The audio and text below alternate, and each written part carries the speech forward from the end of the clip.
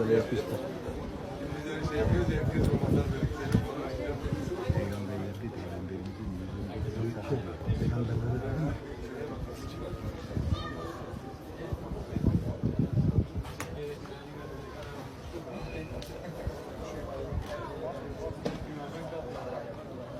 Gördüm, bunu gördüm. Adam şey yapıyor işte. Double glazing window.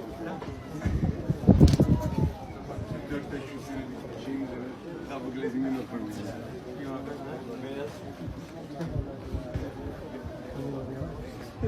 This is where Rasulullah sallallahu aleyhi ve sellem led all the prophets. Amin.